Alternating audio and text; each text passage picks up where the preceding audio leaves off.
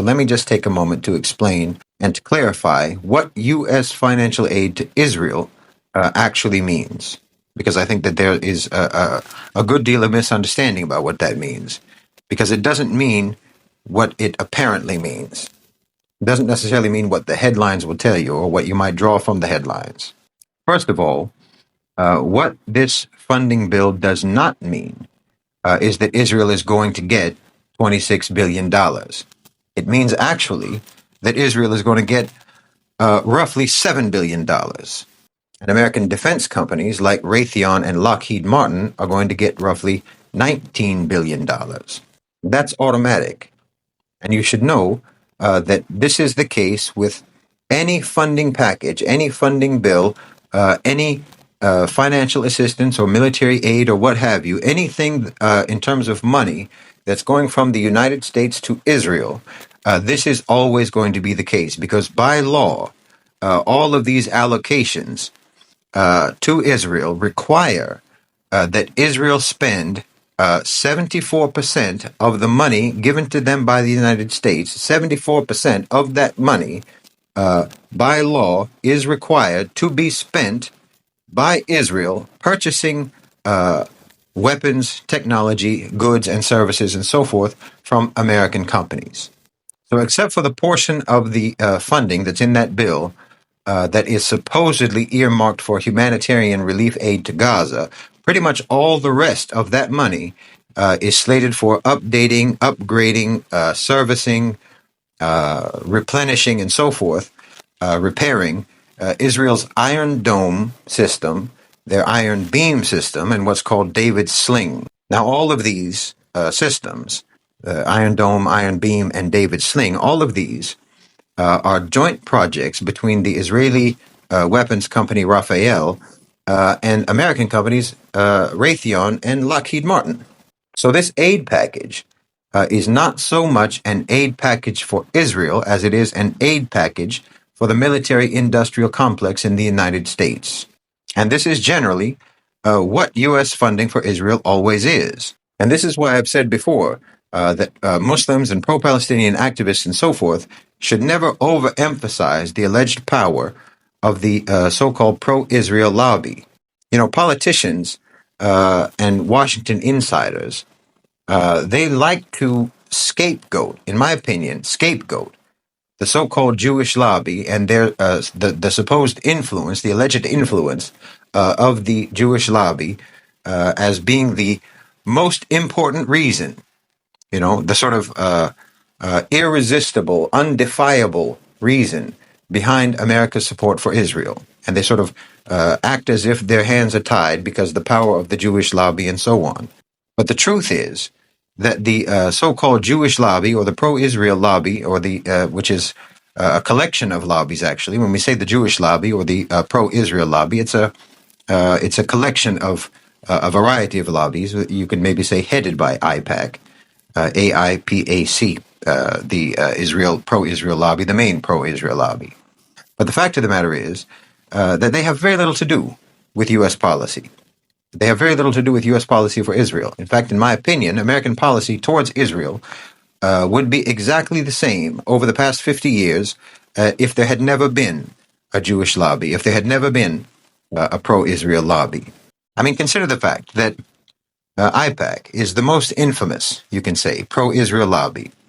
And they spent last year around $100 million lobbying politicians. In 2023, they spent around $100 million. Okay, that sounds like a lot.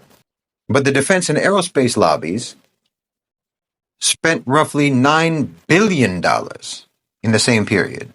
So approximately 90 times as much as the so-called Israel lobby. And it's their industry, defense sector and the aerospace sector and so on, it's their industries that are the primary beneficiaries of American support for Israel. So it's fairly obvious to me who has the most influence here. In my opinion, this aid package actually represents a recognition by the United States and by the OCGFC, by the owners and controllers of global financialized capital, and by the defense sector and by the aerospace sector and so on, these weapons industries that have been the traditional recipients and beneficiaries of American policy towards Israel. It's in my opinion, a recognition by those factions that the window of opportunity is closing for the U.S. to use Israel, to continue using Israel as an instrument for funneling money into the defense sector, into the military-industrial complex. And they are therefore trying to sort of max out as much as they can before this window closes. It might also represent something of a consolation prize for those American weapons industries, a sort of a parting gift, or even a bribe for them to try to convince them to accept the paradigm shift that's underway, the paradigm shift that's taking place with the global economy, and getting them to accept how the U.S. is going to have to operate in that new paradigm. As I've talked about before, the owners and controllers of global financialized capital today represent a diverse set of financial interests across a broad scope, a broad spectrum of business sectors. The military-industrial complex is not viable. It's not as viable as it used to be as a management system for the American economy, and therefore as a driver behind U.S. foreign policy.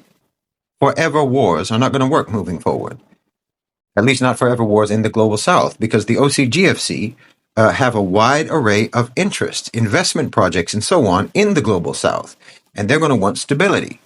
In the coming decades, I believe that Europe, more than any country or any region in the global south, I think that Europe is going to be the center of the so-called, what you can call the war economy.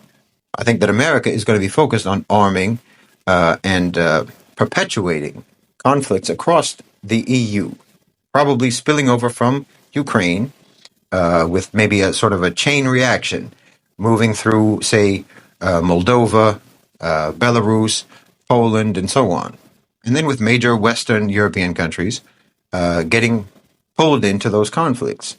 I think that's another reason, and I think that that's one of the reasons why the U.S. is contemplating leaving NATO, because they don't want to be obliged to defend countries in Europe who get involved in conflicts, knowing full well that once a NATO country becomes involved in a conflict, then all of the NATO members are obliged to participate in that conflict. And America doesn't want to have to do that. They want those people over there to fight each other and to kill each other, and America will just provide them with the weapons. So I think that there's going to be, as I've said many times before, I think that Europe is going to be a conflict zone, conflict between states and conflict internally in the European countries, particularly countries like Germany. I think there's going to be internal strife as the populations get increasingly angry and increasingly desperate over their diminishing economy, the economy that is being diminished by design, by, for example, measures as what I talked about when I was talking about the first story. So I don't see this funding bill by the United States, this funding to Israel.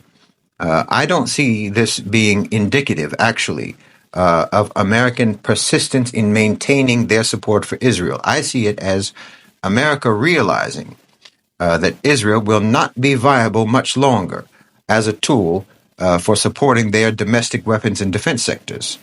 And their domestic defense sectors have historically been the main drivers of manufacturing, of technological innovation, and overall productivity in the United States. So this is very important to them. So I think that they can see that supporting Israel is not going to be viable much longer, and there's going to be a period between their suspension of their traditional relationship with Israel and the commencement of continent-wide conflict in Europe. So during the transition period, they want to make sure that their weapons and defense sectors have a significant bonus to tide them over until Europe can actually explode into a conflict zone. So though I think it's counterintuitive, I know, but I think that this new funding package, which is otherwise utterly bizarre, it's utterly bizarre for America to allocate $26 billion in funding to Israel at this time in this context, when the majority of American citizens, when the majority of the American electorate between the ages of 18 and say 35 are actually opposed to U.S. funding for Israel amidst an ongoing genocide in an election year. It simply doesn't make any sense for you to do something that is so wildly unpopular and at such a dramatically large amount of money that you are supposedly making available to Israel, but you're actually making available to your own defense sector.